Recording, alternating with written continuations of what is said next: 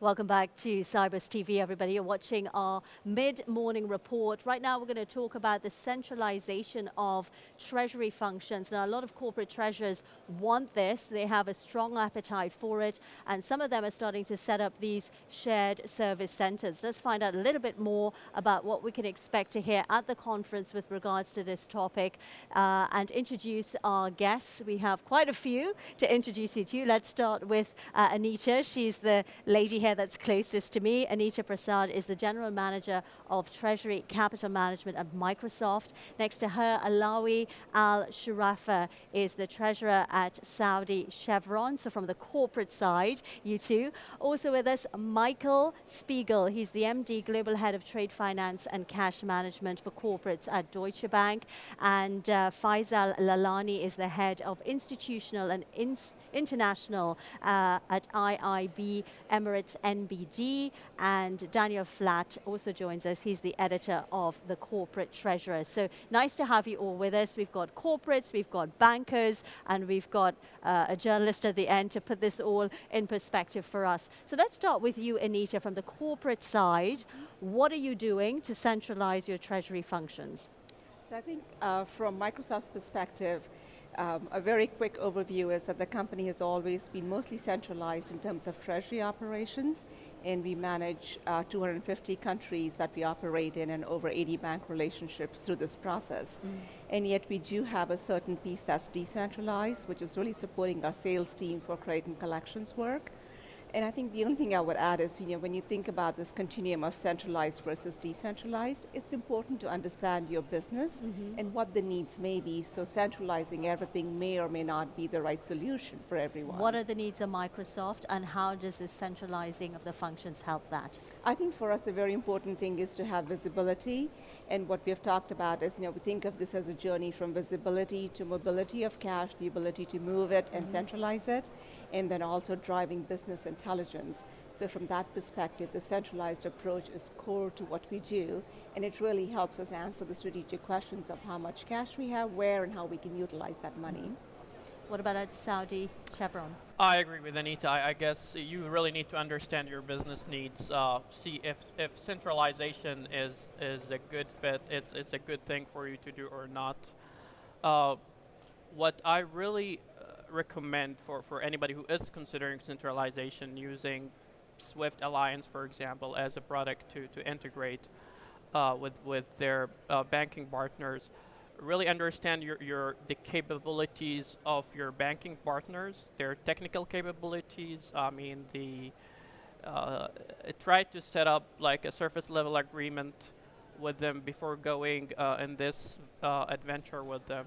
It's a critical project. It's vital. You don't want things to go wrong. So try to take your time planning and before you go to the second phase, which is execution. Well, we've got two bankers there to your left. If you can tell these guys what it is that perhaps you need them to do more of better, what would that be? I think we had talked about this briefly earlier, and I really believe that having the corporates, the banks, and Swift being the neutral Switzerland involved in the process, really have an open dialogue about making sure the companies, when they approach you, they understand what is it they need, why, and then how you can be helpful, and then having Swift being maybe the connecting tissue between these entities to really deliver a format where it's not necessarily just bank agnostic, but can also help the companies really leverage the relationship and work with more than one bank.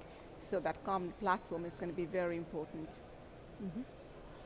I would say be upfront about your capabilities and don't be aggressive on implementation schedule. I mean, I found those are the two major hurdles that we face in our implementation. Michael, are you aggressive when you're telling people that we're aggressive in our implementation and you can't deliver when they expect? It's just hard sell.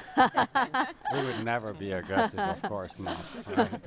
We're actually very delighted to work, also with Swift on to be, communication agnostic. It's not necessarily bank agnostic, and I like the way you opened it. This is not treasury centralization only; it's also shared service centers, and that fits very well with the second Sibos team is operating excellently, operational excellence.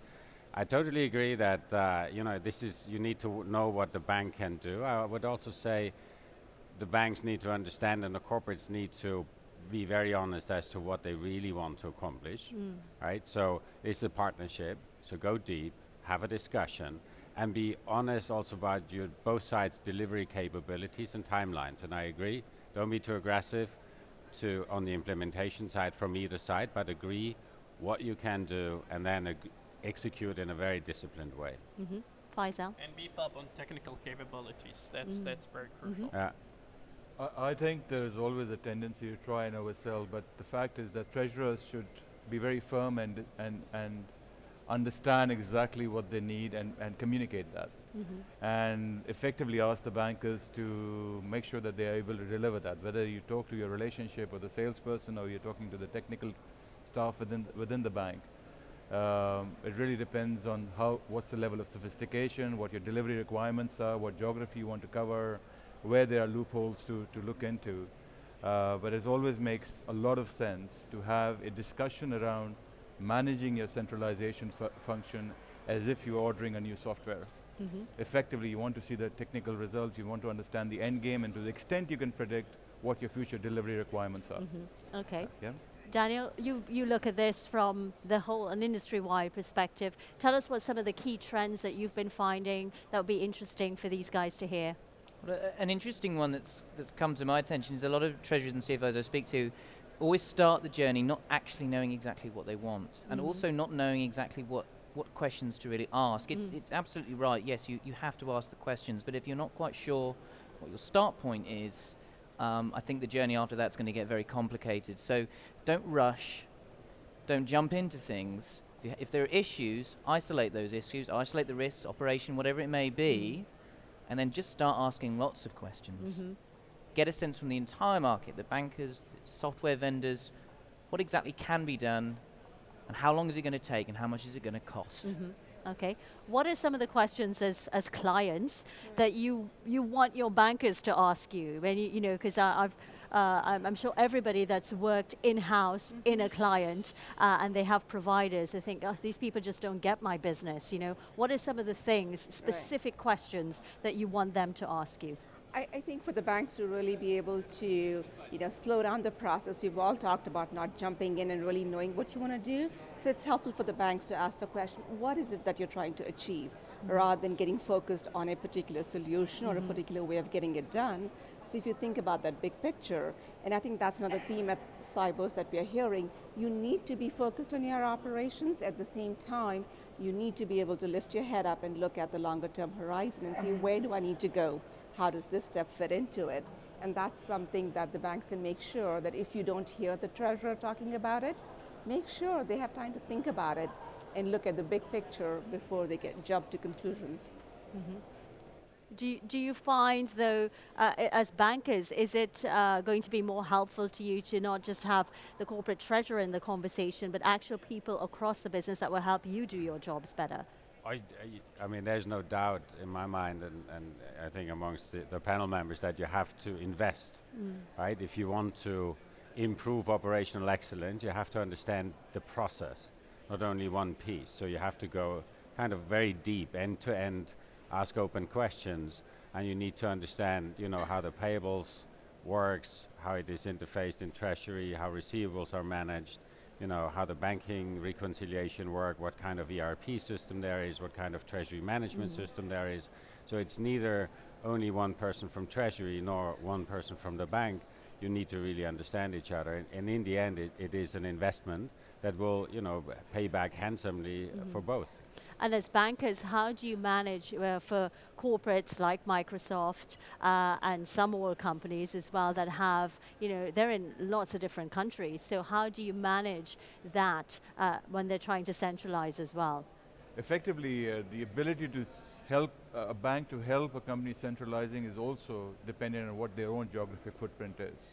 An organization like Deutsche Bank, which can deliver a much broader geographic footprint, can obviously take care of these things. But it also really depends. It also really depends what your decentralization means. Is it a regional decentralization? Is it a global decentralization? And I've heard Anita talk about a global decentralization, but But there are entities and corporates in the market who want to look at regional decentralization, and that's where banks like ourselves come into the equation. And it all comes back to the initial point we made, that centralization is bespoke. It really depends on what the corporate needs are, and effectively which bank in particular can meet that particular need in an appropriate manner. Using technologies like SWIFT for connecting with the banks gives you that flexibility where you don't have to work with a single bank for entire global operations. We are working with 80 plus banking partners and using SwiftNet to connect directly with them. You don't have to worry about bank-to-bank connectivity, but you can get it done with all of them together. You're right. No single bank in the end will be able to deliver exactly everything around the globe in every single country. So we say, operational excellence through innovation and collaboration. I think that's the word. And you need also service providers that provide the medium to communicate. So SWIFT is ideal for this on the global scheme because banks communicate amongst each other through SWIFT, right? So the more global operations become at a multinational, you'll have more than one bank. You will probably have many banks collaborate with the entity, with the legal company or with the corporate, as well as amongst each other to provide the best solution. Let's talk from a practical point of view now. Two corporates, give me an example of a business need at Microsoft and Saudi Chevron that you have for the next year, 2013, 2014, and even in the near medium term, that you think, we'll try and get these bankers to answer how they'll be able to help you with that business need. I think in addition to the bankers, I'm actually going to put SWIFT on the spot here because when I think about the business needs going forward, it really is around identity management to move forward with EBAM. We've talked about EBAM. I think I spoke with you directly too the last couple of Sibos conferences. And I think it's important for SWIFT to provide that leadership with the voices from the banks and the corporates to figure out how are we going to move forward with our digital identity management. How do we authenticate? What does it really mean? And I think that's a key need. And I'm hoping that we are starting a new CGI group with the SWIFT team that hopefully that'll help us get there. And that'll be a common demand and ask for banks and SWIFT. The same thing, EBAM or KYC, compliance-related products that would, the banks need to start talking to central banks and SWIFT. I guess some sort of special task forces needs to be formed to start this process, but definitely KYC and compliance and EBAM is number one priority in our list. We're very active on the EBAM front, so I mean that clearly has priority for us. I mean also standardization, so 3S key, for instance, with SWIFT.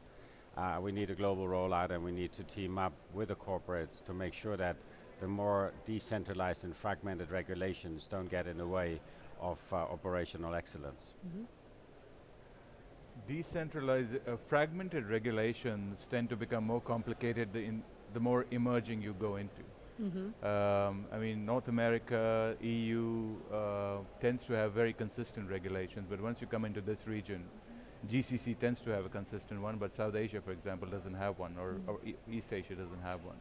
And that will continue to be a challenge for both corporates and for banks, that how we can actually deal with inconsistencies in regulations or perceptions of regulations and get a single operating platform to deliver and actually comply with all the regulations. I think that's where the future lies, to have seamless payment systems to be put in place. However, regulations will play their part. The answer to that question, I don't think anybody on this panel knows at this stage, but we will build it as we go forward. What are some of the other answers you expect as editor of the Corporate Treasurer to be getting at this conference, Daniel? Well, I think the point I wanted, a lot of this discussion is mechanical, it's about processes. I also think something that needs to be raised is the human side of it, actually, the implications of centralization, the impact on your own treasury departments, etc., and what can be done to ensure that your treasury departments that have perhaps lost power or something like that are dealt with properly, are incentivized to actually work with you. So that's actually, that's probably not a process thing, but there is the human angle to this that sometimes isn't always discussed. So I'd probably want to raise that, I think. Okay, well, we'll leave it right there. Thanks very much to all of you for joining us. Have a great rest of your time in Dubai and at the conference.